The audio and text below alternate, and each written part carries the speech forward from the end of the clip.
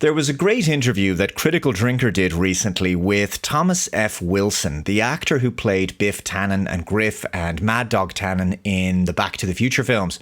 It's a great fun chat, and Tom comes across as being a really down-to-earth, likeable, humble guy and someone who is tremendously appreciative of the fans. And he made a documentary that's well worth watching on his own channel called Humbly Super Famous.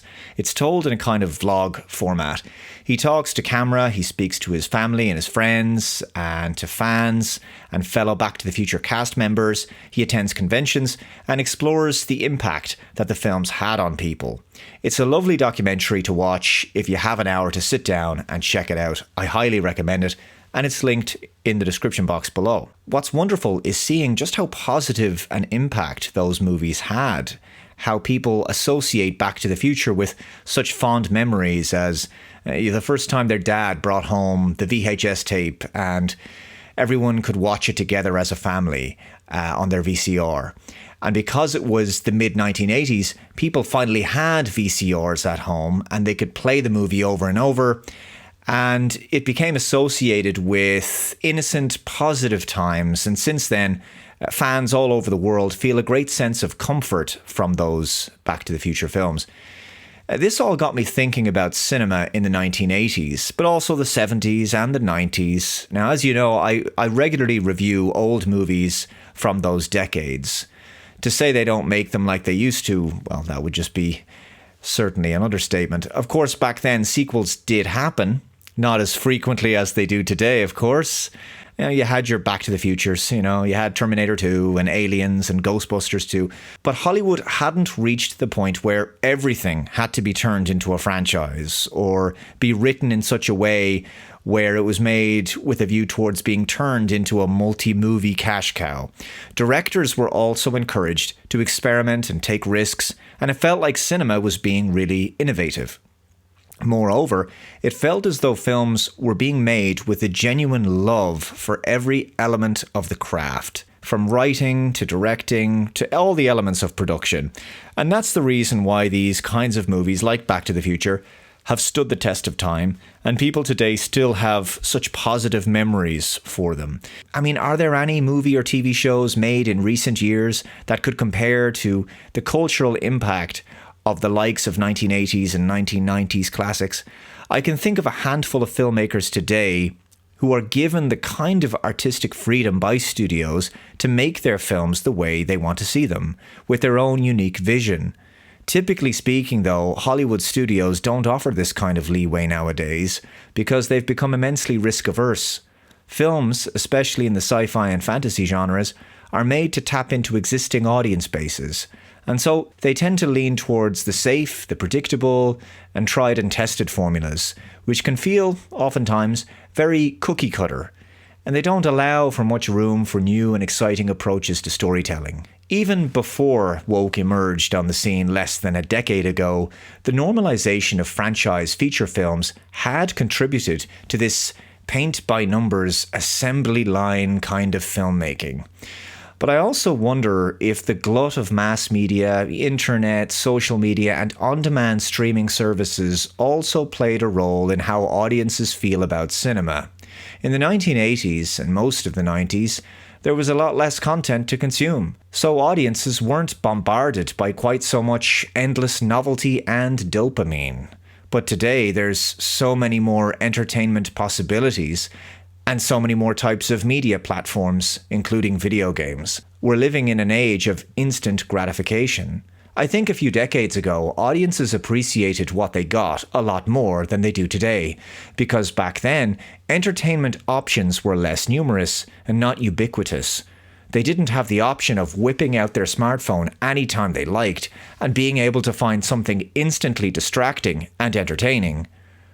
I think it's fair to say that the quality of our entertainment varies more today than it ever did. But in the cinema, when it comes to the biggest releases of the year, the biggest budget movies, we're seeing less impactful films, more disappointments, more predictability, and less of a reason and urgency to get to the cinema and buy a ticket. Every so often, there's a movie made that is designed to tap into nostalgia for past Hollywood glory days. or pay homage to 1980s and 1990s action movie classics, for example. They release a new Jurassic Park or a new Ghostbusters where the original cast is reunited, for example, or in the case of Top Gun Maverick, Tom Cruise returns to one of his iconic roles from the 1986 movie. And Top Gun Maverick is a great movie, don't get me wrong. It's a great film in its own right.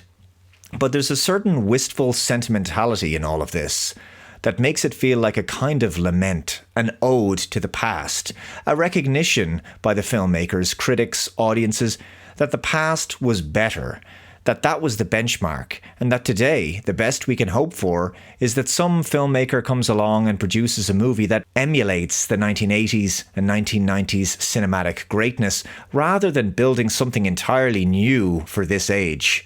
It's like, do people want anything from the present? Or is it that they don't connect with where we are now culturally and that people would prefer to connect with the past, which resonates with them more? Emotionally, thematically, and spiritually, is that where people's hearts really are? The past? Maybe it is. As many have said, we have culturally stagnated, as if history has kind of ended. And this is evidenced by the fact that when you see photographs or video clips of the 1950s, the 60s, the 70s, the 80s, the 90s, you can tell immediately, you can identify which decade is which. But when you hit the 2000s, there's not much of a difference between the 2010s and the 2020s in terms of fashions and styles and music and indeed filmmaking. And this is why we're seeing so much nostalgia content, remakes and member berries in modern films and franchise films especially. But I think audiences don't really want that actually. They don't really want to see the 1980s and 1990s iconic films and characters brought back in their fiction. At least I don't think most people do. I think what they really want is simply a return to the kinds of optimism and innovation in storytelling that were characteristic of 80s and 90s entertainment. But instead, I think Hollywood has misinterpreted this and continued to try to reheat the leftovers of yesteryear cinema, remaking, rebooting, and reimagining the stories and characters of the past, resurrecting films and franchises from our childhoods in the hopes of capitalizing on our nostalgic feelings towards them. But none of it can produce the authenticity of the past, and that's why I wonder, will we ever have it as good as we once did in terms of entertainment? I'm only singling out Back to the Future because it's a quintessential 80s pop culture movie, but can our current age, can current Hollywood make something that will be as seminal and significant as a film like that? Of course, I never want to see that film remade, and the filmmakers have made it clear they never want to see that happen either. But can current day cinema produce films that will make a similar impact for future generations? I'll throw this one over to you guys. Let me know what you think in the comments below. Thank you very much for watching. If you haven't already, please subscribe to the channel and hit that like button. Take care, and I'll see you in the next one. Bye-bye.